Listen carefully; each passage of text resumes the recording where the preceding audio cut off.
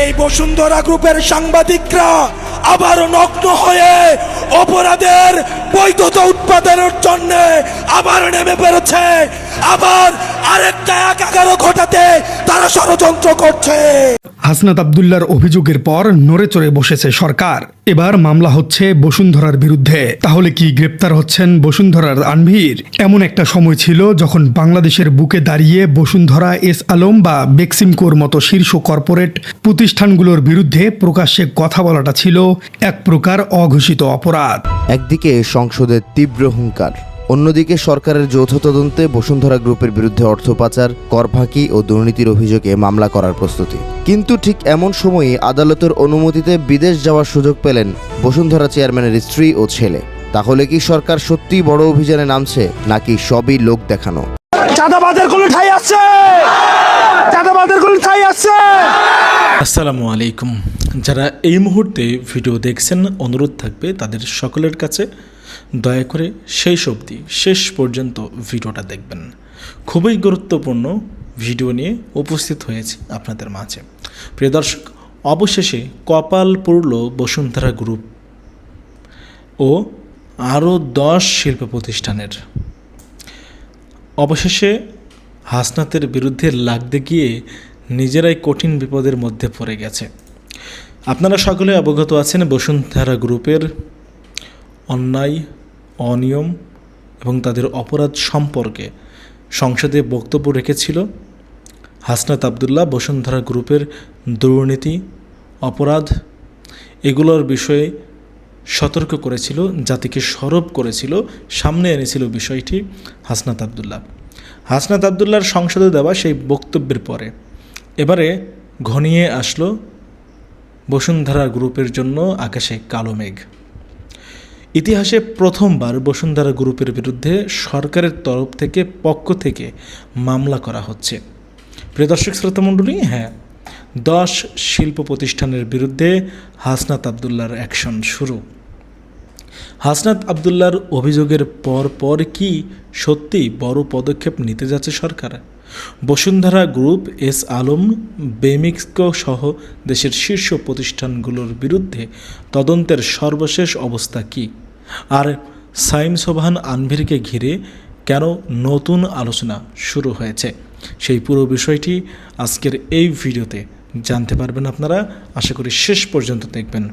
চলুন কথা না বাড়িয়ে আমরা দেখে আসি বসুন্ধরা গ্রুপের জন্য কি অপেক্ষা করছে, কেনই বলা হচ্ছে কপাল পুড়তে যাচ্ছে বসুন্ধরা গ্রুপের। হাসনাত আব্দুল্লাহর অভিযোগের পর নড়ে চড়ে বসেছে সরকার। এবার মামলা হচ্ছে বসুন্ধরার বিরুদ্ধে। তাহলে কি গ্রেপ্তার হচ্ছেন বসুন্ধরার আনভীর? এমন একটা সময় ছিল যখন বাংলাদেশের বুকে দাঁড়িয়ে বসুন্ধরা, এস আলম বা বেক্সিমকোর মতো শীর্ষ কর্পোরেট প্রতিষ্ঠানগুলোর বিরুদ্ধে প্রকাশ্যে কথা বলাটা ছিল এক প্রকার অঘোষিত অপরাধ। যারা বিদেশি টাকা পাচার করেছে, মানুষের সম্পদ দখল করেছে, এই প্রতিষ্ঠানগুলো কেবল ব্যবসায় করতো না, বরং তারা নিয়ন্ত্রণ করত দেশের রাজনীতি, অর্থনীতি এবং পুরো মিডিয়া সিন্ডিকেট। কিন্তু 24-এর গণ অভ্যুত্থান পরবর্তী নতুন বাংলাদেশে সেই আনটাচেবল বা ধরাছোঁয়ার বাইরের মাফিয়াদের দুর্গে এবার চরম আঘাত আনা হয়েছে। জাতীয় সংসদে দাঁড়িয়ে তরুণ রাজনৈতিক নেতা হাসনাত আব্দুল্লাহর সাহসী অভিযোগ এবং প্রকাশ্য চ্যালেঞ্জের পর এবার রীতিমতো নড়ে চড়ে বসেছে বর্তমান তারেক রহমানের বিএনপি সরকার। এখানে দাঁড়িয়ে বিশ্বাস করি যে আমরা মনে হয় দেশের মানুষের সামনে একটি আশা তুলে ধরতে পেরেছি।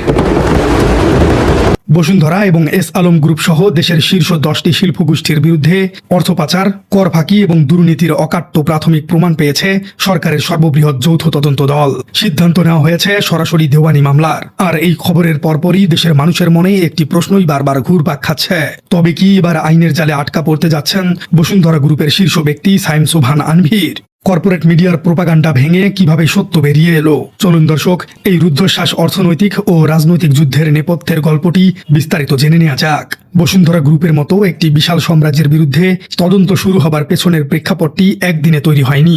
এর নেপথ্যে রয়েছে জাতীয় সংসদে ঘটে যাওয়া এক ঐতিহাসিক এবং সাহসী প্রতিবাদ। সম্প্রতি জাতীয় সংসদের অধিবেশনে দাঁড়িয়ে বর্তমান প্রজন্মের অন্যতম কণ্ঠস্বর এবং রাজনৈতিক নেতা হাসনাত আব্দুল্লাহ দেশের ব্যাংক খাত ধ্বংসকারী এবং অর্থ পাচারকারী কর্পোরেট মাফিয়াদের বিরুদ্ধে সরাসরি তোপ দাগেন। তিনি সংসদে একটি সুনির্দিষ্ট প্রস্তাব উত্থাপন করে বলেন, রাজনৈতিক প্রভাব খাটিয়ে যারা ব্যাংক থেকে হাজার হাজার কোটি টাকা ঋণ নিয়ে বিদেশে পাচার করেছে তাদের তাদের প্রত্যেককে জবাবদিহিতার আওতায় আনতে হবে। তিনি স্পষ্ট ভাষায় বসুন্ধরা, এস আলম এবং বেক্সিমকোর মতো প্রতিষ্ঠানগুলোর নাম উল্লেখ করে তাদের ব্যবসার আড়ালে চলা লুটপাটের শ্বেতপত্র প্রকাশের দাবি জানান। হাসনাত আব্দুল্লাহর এই প্রস্তাবটি ছিল কর্পোরেট মাফিয়াদের বুকে সরাসরি আঘাত। সংসদে তার এই জ্বালাময়ী বক্তব্য সাধারণ মানুষের মাঝে ব্যাপক সাড়া ফেলে এবং সামাজিক যোগাযোগ মাধ্যমে তা মুহূর্তের মধ্যেই ভাইরাল হয়ে যায়। দেশের মানুষ প্রথমবারের মতো এমন একজন নেতাকে দেখতে পায় যিনি কোনো কর্পোরেট শক্তির কাছে মাথা নত করেননি। হাসনাত আব্দুল্লাহর এই সাহসী পদক্ষেপের পর বসুন্ধরা গ্রুপও হাত গুটিয়ে বসে থাকেনি। নিজেদের অস্তিত্ব রক্ষায় তারা দেশের সবচেয়ে বড় এবং নগ্ন মিডিয়া প্রোপাগান্ডা বা অপপ্রচারের খেলা শুরু করে।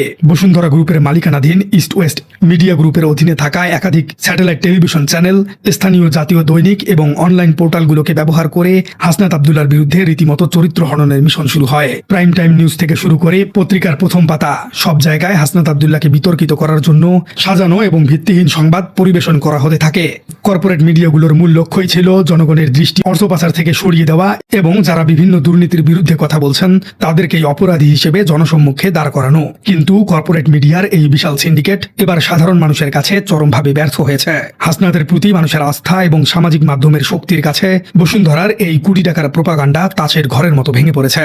হাসনাত আব্দুল্লাহর অভিযোগ এবং দেশ জুড়ে তৈরি হওয়া জনমতের পর অবশেষে নড়েচড়ে বসেছে রাষ্ট্রযন্ত্র। সরকার বুঝতে পেরেছে এই কর্পোরেট মাফিয়াদের শেকড় উপড়াতে না পারলে দেশের অর্থনীতিকে কোনোভাবেই বাঁচানো সম্ভব নয়। ফলাফলস্বরূপ দেশের ইতিহাসে প্রথমবারের মতো একটি অত্যন্ত শক্তিশালী এবং সমন্বিত যৌথ তদন্ত দল গঠন করা হয়েছে। এই তদন্তের নেতৃত্ব এবং সমন্বয়ের বিশাল দায়িত্ব কাঁধে তুলে নেয় বাংলাদেশ ফাইন্যান্সিয়াল ইন্টেলিজেন্স ইউনিট বা BFIU। আর তাদের সাথে মূল অনুসন্ধানে মাঠে নামে অপরাধ তদন্ত বিভাগ অর্থাৎ CID, জাতীয় রাজস্ব বোর্ড এবং দুর্নীতি দমন কমিশন দুদক। পুরো আইনি প্রক্রিয়াকে নিশ্ছিদ্র করতে সরাসরি সহায়তা প্রদান করে অ্যাটর্নি জেনারেলের কার্যালয়। BFIU প্রধান ইখতিয়ার উদ্দিন মোহাম্মদ মামুন আনুষ্ঠানিকভাবে এই তথ্য নিশ্চিত করে জানিয়েছেন যে যৌথ তদন্ত দলের দীর্ঘ এবং নিবিড় অনুসন্ধানে এই শীর্ষ গ্রুপগুলোর বিরুদ্ধে ওঠা অভিযোগের প্রাথমিক এবং অকাট্য প্রমাণ পাওয়া গেছে। এই যৌথ তদন্ত দলের স্ক্যানারে শুধু বসুন্ধরা বা এস আলম গ্রুপই নেই, তদন্তের আওতায় আনা হয়েছে দেশের ব্যাংক খাতকে ফোকলা করে দেয়া 10টি শিল্প গোষ্ঠীকে। এই কালো তালিকায় রয়েছে প্রথমেই Bashundhara group, S Alam group, Beximco, Nabil group, Summit group, Orion group, Gemcon group, Nassa group, Sikder group এবং আরামেদ গ্রুপ। সবচেয়ে বড় বিষয় হলো এবার শুধু প্রতিষ্ঠান বা কোম্পানির নামেই তদন্ত সীমাবদ্ধ থাকেনি। এসব শিল্প গোষ্ঠীর শীর্ষ কর্তা ব্যক্তি এবং তাদের পরিবারের সদস্যদের ব্যক্তিগত ব্যাংক অ্যাকাউন্ট এবং স্থাবর অস্থাবর সম্পদও অত্যন্ত সূক্ষ্মভাবে তদন্তের আওতায় আনা হয়েছে। তদন্তকারী সংস্থাগুলোর প্রাথমিক রিপোর্টে এই শিল্প গোষ্ঠীগুলোর অপরাধের যে ধরন বা মোডাস অপারেন্ডি উঠে এসেছে তা যে কোনো দেশের অর্থনীতিকে পঙ্গু করে দেবার জন্য যথেষ্ট। সরকারি সূত্র অনুযায়ী এদের বিরুদ্ধে প্রধানত 5টি সুনির্দিষ্ট খাতে তদন্ত পরিচালিত হয়েছে। প্রথমত, প্রতারণা এবং জালিয়াতের ঋণ। অস্তিত্বহীন বা ভুয়া কাগজে কোম্পানির নামে বিভিন্ন সরকারি এবং বেসরকারি ব্যাংক থেকে হাজার হাজার কোটি টাকা ঋণ গ্রহণ করা হয়েছে। দ্বিতীয়ত, রাজনৈতিক প্রভাবের অপব্যবহার। বিগত ফ্যাসিস্ট সরকারের শীর্ষ পর্যায়ের সাথে সরাসরি সখ্যতা এবং রাজনৈতিক প্রভাব ব্যবহার করে এইসব ব্যাংক খাতগুলো থেকে নেওয়া ঋণগুলো কোনো নিয়ম নীতি ছাড়াই অনুমোদন করানো হয়েছে। তৃতীয় বিষয়টি হলো কর এবং শুল্ক ফাঁকি। NBR এর তথ্য মতে বছরের পর বছর ধরে আন্ডার ইনভয়েন্সিং এবং ওভার ইনভয়েন্সিং এর মাধ্যমে এই কোম্পানিগুলো রাষ্ট্রে হাজার হাজার কোটি টাকার কর এবং শুল্ক ফাঁকি দিয়েছে। চতুর্থ বিষয়টি হলো বিদেশি বাণিজ্যের আড়ালে অর্থ পাচার। আমদানির নামে অতিরিক্ত মূল্য দেখিয়ে এবং রপ্তানির অর্থ দেশে না এনে এই বিশাল অঙ্কের টাকা সুকৌশলে বিদেশে পাচার করা হয়েছে। পঞ্চম বিষয়টি হলো ঘুষ এবং অবৈধ সম্পদ অর্জন। বিভিন্ন মেগা প্রজেক্ট এবং টেন্ডার বাগিয়ে নিতে প্রশাসনের বিভিন্ন স্তরে অবাধে ঘুষের লেনদেন করা হয়েছে। দেশের ভেতরের ব্যাংক হিসাবগুলো ইতিমধ্যেই BFIU কর্তৃক জব্দ বা ফ্রিজ করা হয়েছে। পাশাপাশি তাদের সম্পদের প্রবাহ, ব্যবসায়িক লেনদেন এবং ঋণের প্রকৃত সুবিধাভোগীদের বিষয়ে চুলচেরা বিশ্লেষণ করা হচ্ছে। তবে সরকার এবার শুধু দেশের ভেতরেই থেমে নেই। বাংলাদেশের টাকা বিদেশে কোথায় কোথায় পাচার হয়েছে তার খোঁজে রীতিমতো গ্লোবাল ম্যান হান্ট বা আন্তর্জাতিক অনুসন্ধান শুরু হয়েছে। যুক্তরাজ্য, যুক্তরাষ্ট্র, সিঙ্গাপুর, কানাডা, সংযুক্ত আরব আমিরাতের দুবাই এসব বড় বড় শহরের মতো শহরগুলোতে সংশ্লিষ্ট কর্তৃপক্ষের কাছে এই অভিযুক্ত ব্যক্তিদের সম্ভাব্য সম্পদের তথ্য জানতে চেয়ে আনুষ্ঠানিক আইনি অনুরোধ পাঠানো হয়েছে। পুরো ঘটনা প্রবাহের পর সাধারণ মানুষের মনে এখন সবচেয়ে বড় কৌতূহল, বসুন্ধরা গ্রুপের শীর্ষ নির্বাহী এবং বহুল আলোচিত সাইম সুবহান আনভির কি এবার গ্রেপ্তার হচ্ছেন? আইনি বিশ্লেষকদের মতে সরকার এই মুহূর্তে অত্যন্ত সুপরিকল্পিতভাবে এগোচ্ছে। BFIU জানিয়েছে এখন আদালতে তথ্য প্রমাণ উপস্থাপন করে প্রথমে দেওয়ানি মামলা করা হবে। দেওয়ানি মামলার মাধ্যমে মূলত পাচার হওয়া অর্থ এবং অবৈধ সম্পদ বাজেয়াপ্ত করার আইনি পথটি পরিষ্কার হয়ে যাবে। তবে যখনই এই দেওয়ানি মামলার আদালতে চূড়ান্তভাবে প্রমাণিত হবে তখন স্বাভাবিকভাবেই এর সাথে জড়িত শীর্ষ ব্যক্তিদের বিরুদ্ধে CID এবং দুদকের মাধ্যমে ফৌজদারি মামলা রুজু করা হবে। আর ফৌজদারি মামলা রুজু করার অর্থই হলো সরাসরি গ্রেপ্তারি পরোয়ানা জারি করা। বসুন্ধরার শীর্ষ কর্তা ব্যক্তিরা অতীতে অনেক গুরুতর অভিযোগ থেকে রাজনৈতিক ছত্রছায়ায় এবং টাকার জোরে পার পেয়ে গেছেন, কিন্তু বর্তমান প্রেক্ষাপট সম্পূর্ণ ভিন্ন। চারদিক থেকে যেভাবে আইনি ফাঁস শক্ত করা হচ্ছে এবং ব্যাংক অ্যাকাউন্টগুলো জব্দ করা হয়েছে, তাতে সাইম সুবহান আনবির সহ এই 10টি গ্রুপের শীর্ষ কর্তা ব্যক্তিদের গ্রেপ্তারের সম্ভাবনা এখন আগের যে কোনো সময়ের চেয়ে অনেক বেশি প্রবল। অর্থ পাচার নিয়ে সবচেয়ে বড় হতাশার জায়গাটি হলো, পাচার হওয়া টাকা কি আসলেই কখনো দেশে ফিরে আনা সম্ভব হবে? অ্যাসোসিয়েশন অব ব্যাংকার্স বাংলাদেশ অর্থাৎ ABB এর সভাপতি মাসরুর আরিফিন সম্প্রতি অত্যন্ত আশাব্যঞ্জক একটি তথ্য দিয়েছেন। যেসব ব্যাংকের মাধ্যমে অর্থ পাচারের অভিযোগ রয়েছে, তাদেরকে ইতিমধ্যেই পাচার হওয়া অর্থ ফিরিয়ে আনতে প্রয়োজনীয় উদ্যোগ নিতে কড়া নির্দেশ দেওয়া হয়েছে। প্রিয় দর্শক, হাসনাত আব্দুল্লাহর বক্তব্যের পর সরকার নড়েচড়ে বসে বসুন্ধরা এবং অন্যান্য 9টি গ্রুপের বিরুদ্ধে যে মামলা করলো, এই বিষয়টিকে আপনি কিভাবে দেখছেন? আসলেই কি বসুন্ধরার বিরুদ্ধে মামলা হওয়া উচিত বলে আপনি মনে করছেন? আর সরকার কি শেষ পর্যন্ত আসলেই এই সব গ্রুপকে আইনের আওতায় আনতে পারবে বলে আপনার মনে হয়? একদিকে সংসদের তীব্র হুঙ্কার, অন্যদিকে সরকারের যৌথ তদন্তে বসুন্ধরা গ্রুপের বিরুদ্ধে অর্থ পাচার, কর ফাঁকি ও দুর্নীতির অভিযোগে মামলা করার প্রস্তুতি। কিন্তু ঠিক এমন সময়ই আদালতের অনুমতিতে বিদেশ যাওয়ার সুযোগ পেলেন বসুন্ধরা চেয়ারম্যানের স্ত্রী ও ছেলে। তাহলে কি সরকার সত্যিই বড় অভিযানে নামছে, নাকি সবই লোক দেখানো? রাজনৈতিক অঙ্গনে এখন ঘুরপাক খাচ্ছে এই প্রশ্ন। গেল 25 জুন বসুন্ধরা গ্রুপের বিরুদ্ধে দুদকের মামলার অগ্রগতি নিয়ে সংসদে প্রশ্ন তোলেন হাসনাত আব্দুল্লাহ। আন্ডার টেবিল কোনো সমঝোতা হয়েছে কিনা সরকারের কাছে এর উত্তর জানতে চান এনসিপির এই এমপি। তার প্রশ্ন, যদি কোনো সমঝোতা না হয়ে থাকে সেক্ষেত্রে আইনগত ব্যবস্থা নিতে বাধা কোথায়? এই বক্তব্যের 2 সপ্তাহ না পেরোতেই সামনে এসেছে আরও বড় তথ্য। সরকারের 11টি সংস্থার যৌথ তদন্তে দেশের 10টি বড় শিল্প গোষ্ঠীর বিরুদ্ধে অর্থ পাচার, কর ফাঁকি, ঘুষ, জালিয়াতি ও দুর্নীতির অভিযোগের প্রমাণ মিলেছে। সেই তালিকায় রয়েছে বসুন্ধরা গ্রুপও। দেশের শীর্ষ একটি দৈনিকে উঠে এসেছে এই তথ্য। আওয়ামী লীগ সংশ্লিষ্ট এস আলম, বেক্সিমকো ও সামিট গ্রুপের পাশাপাশি তালিকায় রয়েছে জামাত সংশ্লিষ্ট নাবিল গ্রুপ।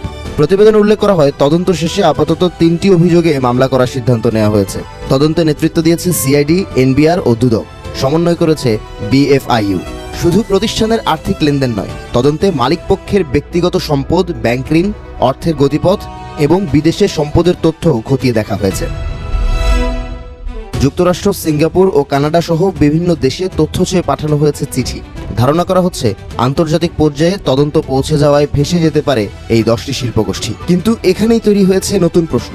এই তদন্ত ও মামলার প্রস্তুতির মধ্যেই 3 মাসের জন্য বসুন্ধরা চেয়ারম্যানের স্ত্রী আফরোজা বেগম এবং ছেলে সাফওয়ান সোবহানকে বিদেশ যাওয়ার অনুমতি দিয়েছেন আদালত।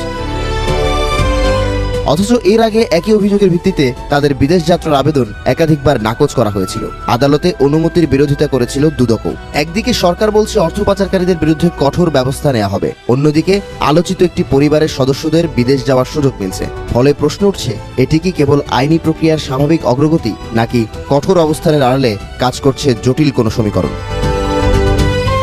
হাসনাত আব্দুল্লাহর প্রকাশ্য চ্যালেঞ্জের পর সত্যিই কি ভেঙে পড়বে বসুন্ধরার সাম্রাজ্য, নাকি অদৃশ্য কোনো চাপে আটকে যাবে এই পদক্ষেপ? প্রশ্নের উত্তরের জন্য অপেক্ষা করতে হবে আর কিছুদিন। অনেকে আমাদেরকে বলে, আগে আমরা রিকশায় চলতাম, এখন নাকি আমরা গাড়িতে চলি। কিন্তু যারা এই কথা বলে তারা ভুলে গিয়েছে, তারা আগে রিকশা চালাতো, এখন তারা প্রাণগাড়ি চালায়।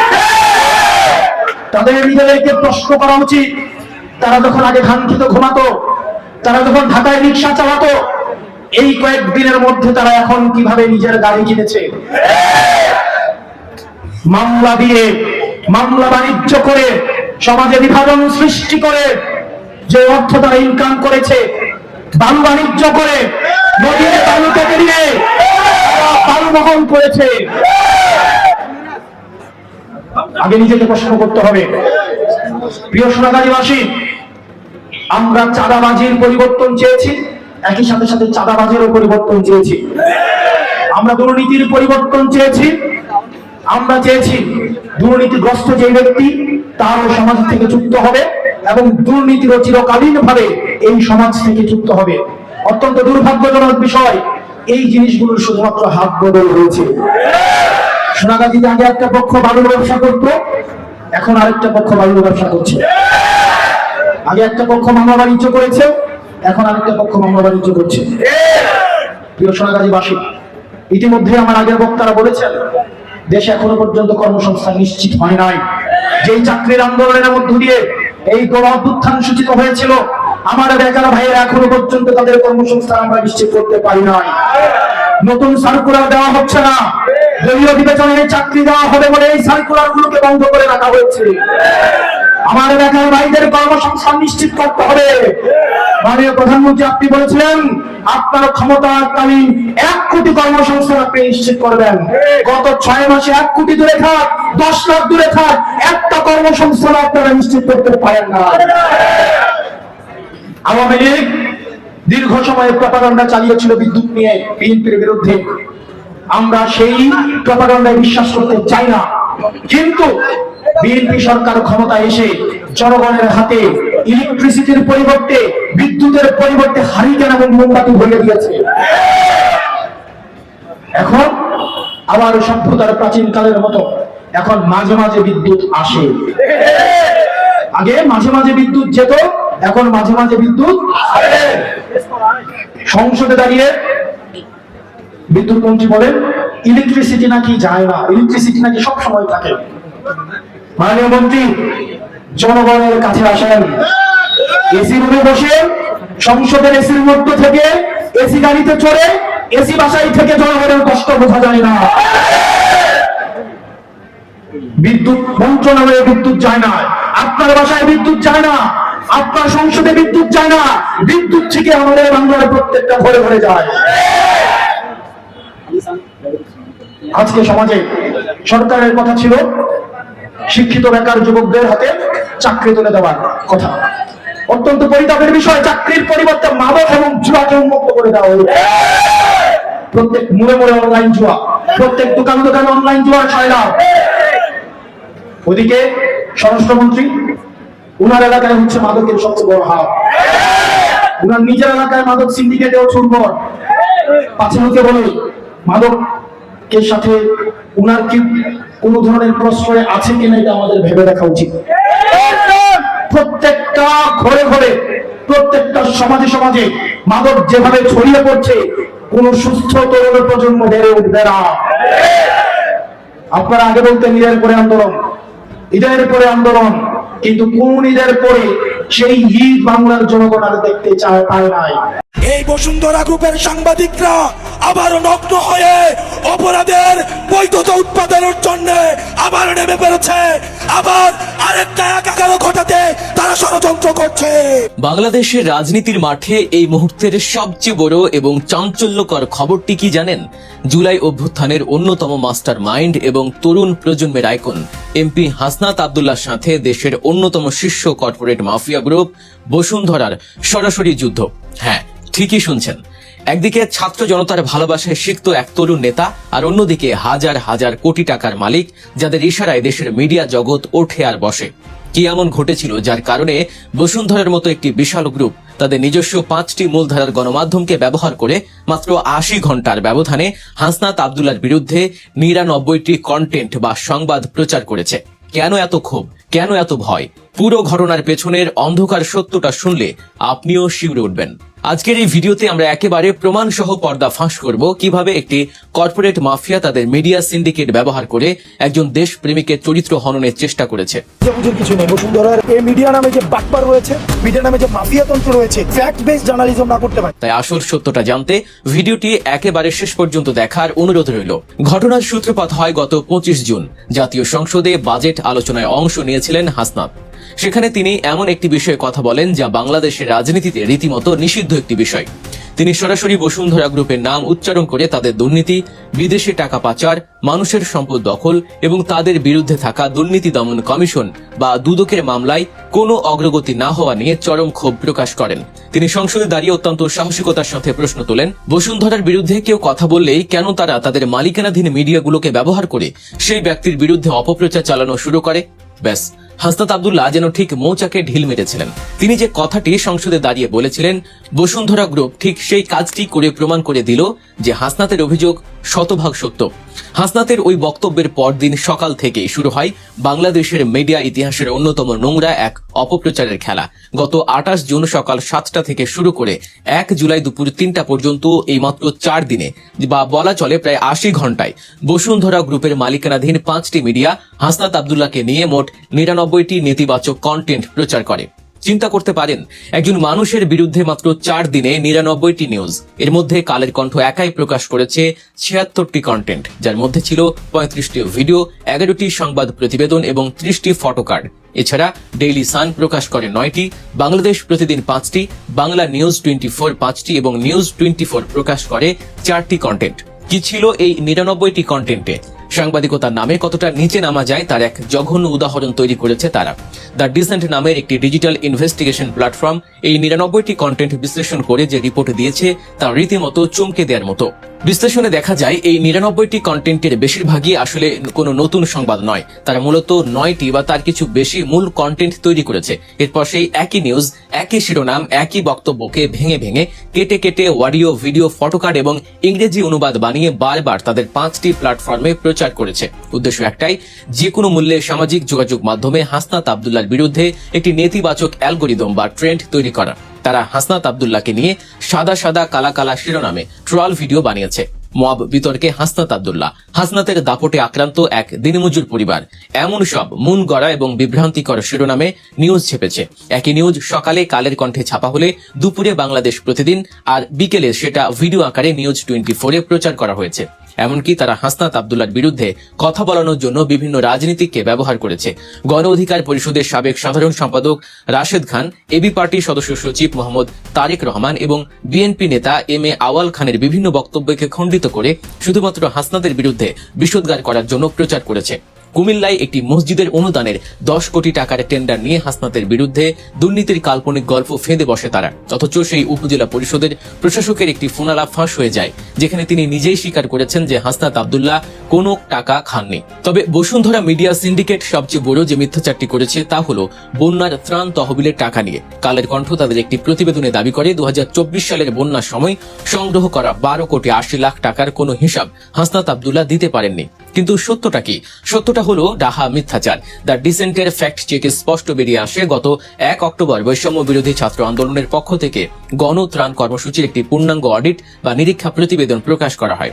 সেখানে স্পষ্টভাবে জানানো হয় যে ব্যয় বাদে অবশিষ্ট 9,91,51,213 টাকা ব্যাংকে সংরক্ষিত ছিল। সেখান থেকেই পরবর্তীতে 8 কোটি টাকা প্রধান উপদেষ্টা ডক্টর ইউনূসের ত্রাণ তহবিলে আনুষ্ঠানিকভাবে তুলে দেওয়া হয়। এমনকি একটি আন্তর্জাতিক অ্যাকাউন্টিং ফার্ম দিয়ে এই ত্রাণের টাকার হিসাব পরীক্ষা করানো হয়েছিল, যেখানে 1 টাকারও কোনো অস্বচ্ছতা পাওয়া যায়নি। অথচ বসুন্ধরার মিডিয়াগুলো এই সত্যটা জেনেও শুধুমাত্র হাসনাত আব্দুল্লাহকে জনগণের চোখে ভিলেন বানানোর জন্য দিনের পর দিন এই ভুয়া খবরটি প্রচার করে গেছে। গণমাধ্যম গবেষক এবং প্রেস ইনস্টিটিউট অফ বাংলাদেশের একটি নিবন্ধে অধ্যাপক আল মামুন এই একই ধরনের কর্মকাণ্ডকে বলছেন শিকারী সাংবাদিকতা বা প্রেডাটরি জার্নালিজম। এর মানে হলো, যখন কোনো ক্ষমতাশালী গোষ্ঠী বা কর্পোরেট মাফিয়া তাদের স্বার্থ রক্ষার জন্য মিডিয়াকে হাতিয়ার হিসেবে ব্যবহার করে নির্দিষ্ট কোনো ব্যক্তিকে টার্গেট করে ধ্বংস করার চেষ্টা করে। বসুন্ধরা গ্রুপ ঠিক এই কাজটি করেছে হাসনাত আব্দুল্লাহর সাথে। কিন্তু তারা ভুলে গিয়েছিল হাসনাত আব্দুল্লাহ কোনো সাধারণ রাজনৈতিক নেতা নন। তিনি জুলাই রক্তস্নাত রাজপথ থেকে উঠে আসা এক অকুতোভয় তরুণ। বসুন্ধরা গ্রুপের এই নগ্ন হামলার জবাবে হাসনাত আব্দুল্লাহ যে বক্তব্য দিয়েছেন তা আজ বাংলার ঘরে ঘরে ছড়িয়ে পড়েছে। হাসনাত অত্যন্ত দৃঢ় কণ্ঠে বলেছেন, জনগণই আমার প্রমোটার, জনগণই আমার ক্রিটিক, জনগণই আমার প্রোটেক্টর। আমি সাংবাদিকদের সম্মান করি, কিন্তু যারা মিডিয়া মাফিয়া, যারা ব্যাংক ঋণ খেলাপি, যারা দেশের টাকা বিদেশে পাচার করে, তারা যখন নিজেদের চরিত্র ঢাকার জন্য সাংবাদিকদের লেলিয়ে দেয়, আমি তাদের পাত্তাও দেই না। আমি জানি আমি 1 টাকারও দুর্নীতি করিনি, আর কেউ সেটা প্রমাণও করতে পারবে না। দর্শক, এই পুরো ঘটনাটি আমাদের চোখে আঙুল দিয়ে দেখিয়ে দেয় যে বাংলাদেশের মিডিয়া জগতে কর্পোরেট মাফিয়াদের কত বড় সিন্ডিকেট কাজ করছে, যারা দেশের সম্পদ লুটপাট করে খাচ্ছে। তাদের বিরুদ্ধে কেউ মুখ খুললেই মিডিয়া ট্রায়ালের মাধ্যমে তাকে শেষ করে দেওয়ার এই যে জঘন্য অপচেষ্টা, এর বিচার হওয়া কি জরুরি নয়? হাসনাত আব্দুল্লাহর মতো তরুণরা যখন দেশের জন্য, মানুষের জন্য লড়াই করে সংসদে দাঁড়িয়ে সত্য কথা বলার সাহস রাখে, তখন এই মাফিয়াদের ভিত কেঁপে ওঠে। 80 ঘন্টায় 99টি কেন, 99,000 নিউজ করলেও হাসনাত আব্দুল্লাহদের মতো দেশপ্রেমিকদের মানুষের হৃদয় থেকে মুছে ফেলা সম্ভব নয়। কারণ বাংলার মানুষ এখন আসল সত্যটা বোঝে। তারা জানে কারা দেশের পক্ষে আর কারা লুটেরাদের পক্ষে। হাসনাত আব্দুল্লাহ বনাম মিডিয়া মাফিয়াদের এই লড়াইয়ে আপনি কার পক্ষে? কমেন্ট করে অবশ্যই আপনার মূল্যবান মতামত আমাদের জানাবেন। প্রিয় দর্শক, আপনারা দেখতে পারলেন, ব্যক্তিগত অভিব্যক্তি, অবশ্যই মতামত জানাবেন আপনারা কমেন্টে আপনাদের অভিব্যক্তিটা, আপনারা কি বলতে চান। বসুন্ধরা গ্রুপের বিরুদ্ধে হাসনাত আব্দুল্লাহ যেভাবে আওয়াজ তুলেছিল, যেভাবে কথা বলেছিল, সেটা আমার মনে হয় না হাসনাত ছাড়া আর কেউ বলতে পারত। এই সৎসাহস আর কারণ নাই। হাসনাত আবদুল্লাহকে স্যালুট জানাই এই জন্য যে তিনি প্রতিনিয়ত সবসময় অন্যায়ের বিরুদ্ধে সত্যের পক্ষে লড়েছেন, কোনো সময় কারোর সঙ্গে আপোষ করেননি, আপোষ করতে দেখিওনি আমরা। এখনও পর্যন্ত সৎ, নির্ভীক, সাহসী ভূমিকা আমরা দেখতে পাচ্ছি হাসনাত আবদুল্লাহকে। ইতিহাসে এই প্রথমবারই বসুন্ধরা গ্রুপের বিরুদ্ধে সরকার কোনো পদক্ষেপ নিতে যাচ্ছে। এর আগে কোনো সরকার এই দুঃসাহস দেখায়নি। আমাদের মাননীয় প্রধানমন্ত্রী তারেক রহমান যেই দুঃসাহস দেখিয়েছেন, যেই উদ্যোগ তিনি নিয়েছেন, সেটি সত্যিকার অর্থেই প্রশংসনীয়। প্রিয় দর্শক শ্রোতামণ্ডলী, আপনারা জানাবেন আপনাদের অভিব্যক্তি হাসনাত আবদুল্লাহকে নিয়ে কি বলতে চান, হাসনাত আবদুল্লাহর বক্তব্য নিয়ে আপনারা কি বলবেন, এবং বসুন্ধরা গ্রুপের বিরুদ্ধে সরকার যে পদক্ষেপ নিতে যাচ্ছে সেটি নিয়ে আপনাদের মতামত কী।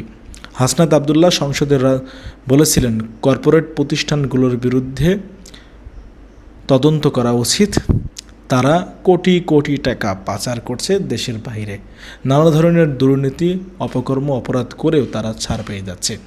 তাদের বিরুদ্ধে কথা বললে তাদের ঘরোয়া মিডিয়াগুলোকে লেলিয়ে দেওয়া হয়। এ সমস্ত অপতৎপরতার বিরুদ্ধে সরব ছিলেন হাসনাত আবদুল্লাহ।